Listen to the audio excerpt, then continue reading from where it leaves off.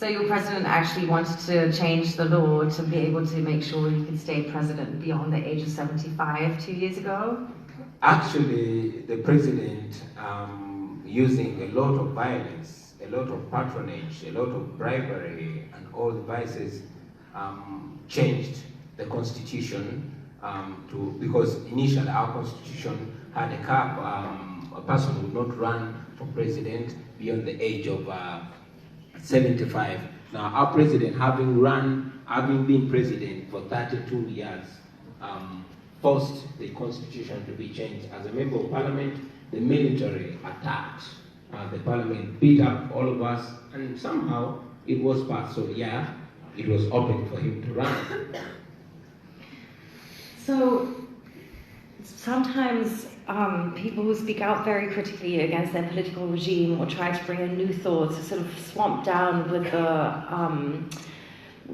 by the ruling forces by saying these are all just neo-colonial ideas from the West. This is not part of our tradition. This is not part of our society. Is that something that you experience as an attack on your work?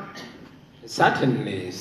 Of course, in the case of Uganda, because the regime has no explanation why people are denied change, why the president has to be a president for life, and yet this is what he was castigating. So the voices that are raised, particularly my voice, I'm regarded by the president and his lieutenants as an agent of the West, and indeed many of our white friends have been arrested and many have been deported. But I mean, this is a controversy. This is a with the president, well knowing that right now, as we speak, he's in high gear, doing what many people in Uganda regard as sending Uganda to the east. Yeah. So you have set your goals high. I mean, you have already achieved a lot, and I think it's very honourable that you seem to be, with so much passion. There's no point in stopping you. I read on your blog that the next stop should be the presidency. Well, for the last maybe 17 years, I was called the ghetto president by the people of the ghetto where I come from because of my activism. And I must say that it is not about me. It is about all of us. Yes, I and the team have said it, and we continue to say it, that we are seriously considering challenging President Museveni in the next election because we are the majority, we are many. We don't believe in violence. All we have are the numbers, and we know that those numbers, if translated into votes, we can democratically kick Museveni out of power. And because we know that our major problem is misgovernance, which emanates from the president, yes, indeed, we are looking at that, and God willing, we'll be able to remove Museveni out of power peacefully through a vote. I think that deserves a round of applause.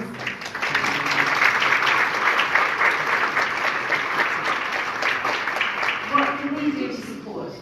What can we all do to support each other in our endeavors? There's a lot of, like you said, limiting of freedoms and tension, but at the same time, this rising voice of young populations and people like yourself working on this. Where do you find lines of solidarity, maybe also between people with a similar career path in neighboring countries, with people in the room here?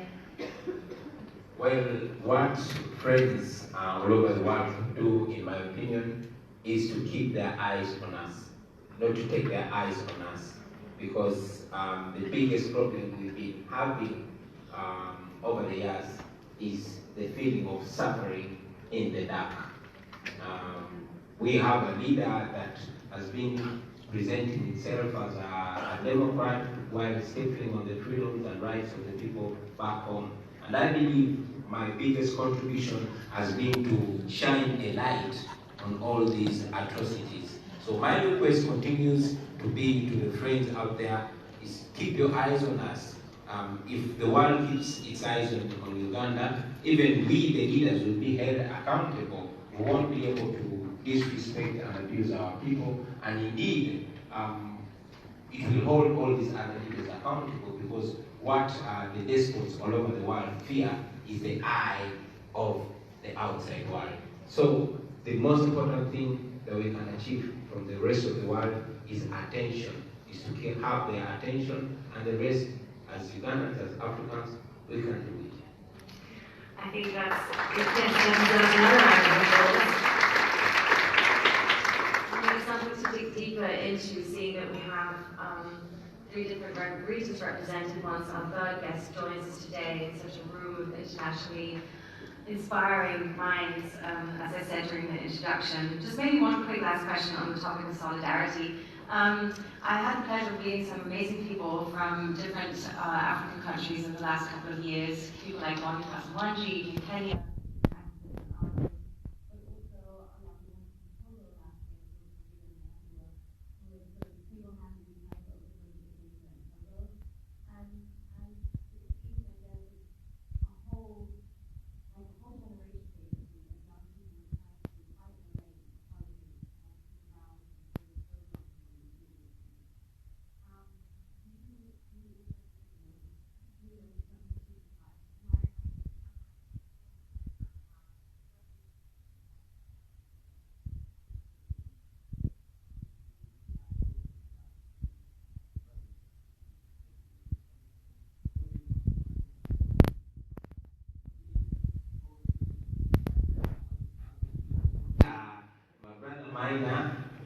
On behalf of all the Kenyans are special in a way. They've kept us, they've been their brothers' keepers, and they've not let us. When I was arrested and incarcerated, I was going to be executed. But the pressure that the Kenyans started spread all over Africa and indeed all over the world, and here I am, alive and able to talk. So while I assert that we are in touch with all these other activists and leaders, I also want to thank them for not letting us suffer alone.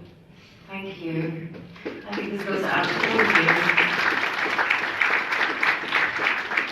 So with that, I'd like to bring the third guest up on stage, or I'd like her to do so before we bring her up on stage, actually. I'm very honored that the third person joining us here today is Violeta Ayala. She's a film director, a producer, a writer, and an artist, and is best known for directing the award-winning documentaries Cocaine Prison and Fight.